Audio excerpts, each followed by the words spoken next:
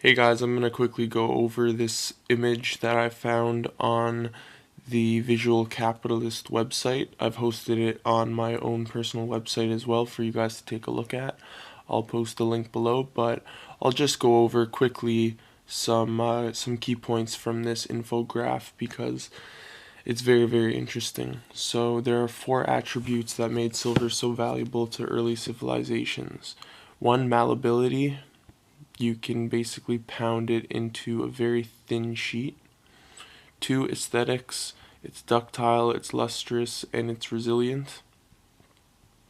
It's antibacterial, so it can be used in water purification, medicine, preventing illnesses, and more.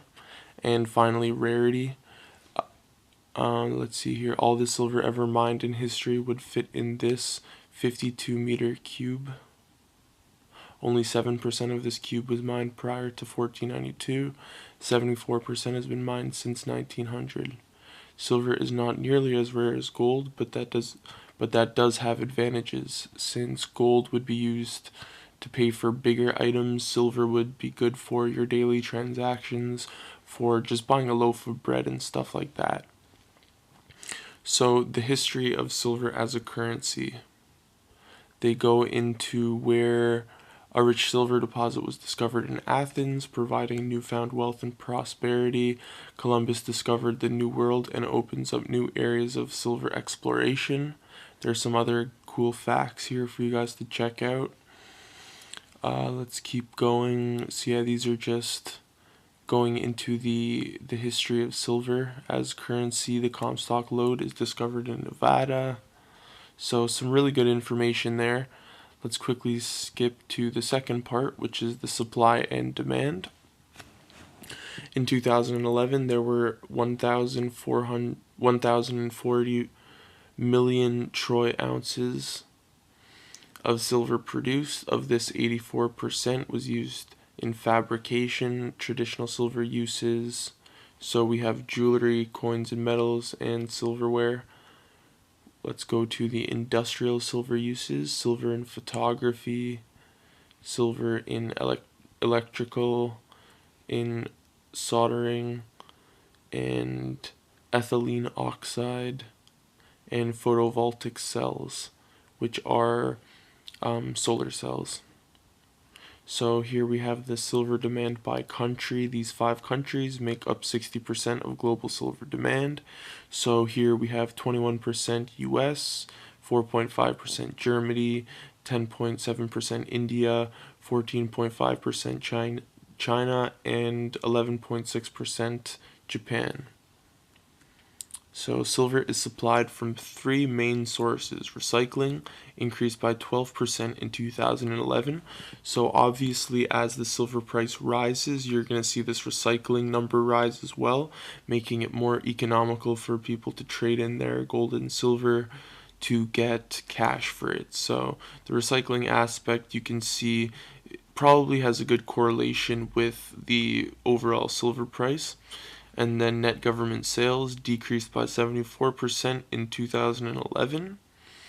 And mine production has increased for 9 consecutive years, increasing 28%. Let's take a closer look. So most silver mined is produced as a byproduct when mining other metals. So here's a breakdown of silver output by source metal. You have gold, zinc, and copper. And more than half of all silver comes from Latin America. Top 10 silver producing countries, as you see here. Here we have recycling. As I said before, high silver prices drive people to recycle personal jewelry and silverware collections for cash.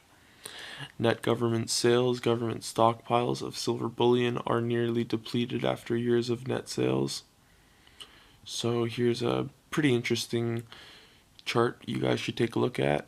In 1980, the most significant event in silver supply and demand history took place, Silver Thursday.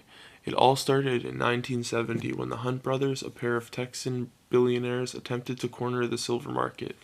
But unfortunately, it backfired hard on them because the brothers were found guilty of civil conspiracy,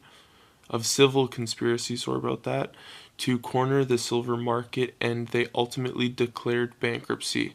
So what basically happened here with the Hunt brothers was, in response to very high government inflation, the Hunt brothers decided to go hard into the white metal, as it's called, and the government, or sorry, the COMEX, implemented new rules that heavily restricted the purchase of commodities on margin, and the price of silver plummeted.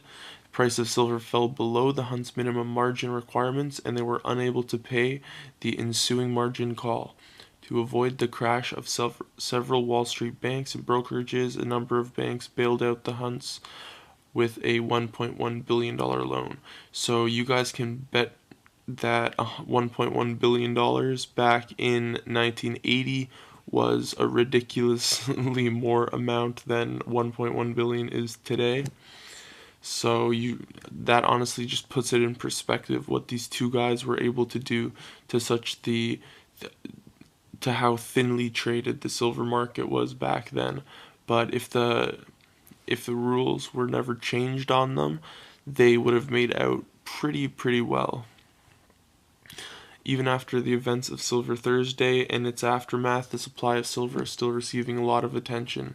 Although all silver ever mined can fit in a 52-meter cube, the majority of silver has been consumed.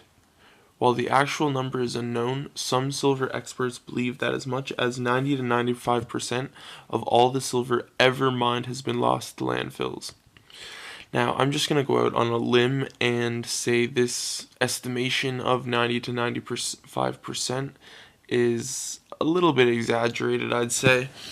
I don't think that 95% of the global total silver ever mined has been consumed and thrown away in landfills, just because of the amount of silver that is still left over from previous generations, in terms of silverware, in terms of basically just family heirlooms being passed down throughout the generations, that nobody really knows the numbers of these figures. They can't really be accounted for. So this number right here is just speculation. I'm sure it's very high. I'm sure it's over 50%. But to say 90 to 90%, I think, is a little bit of an over-exaggeration. So they say part 3 is coming soon, silver as an investment. I'll post a link down to this image below for you guys to check out. And yeah, I guess let me know in the comment section below what you guys think about this image.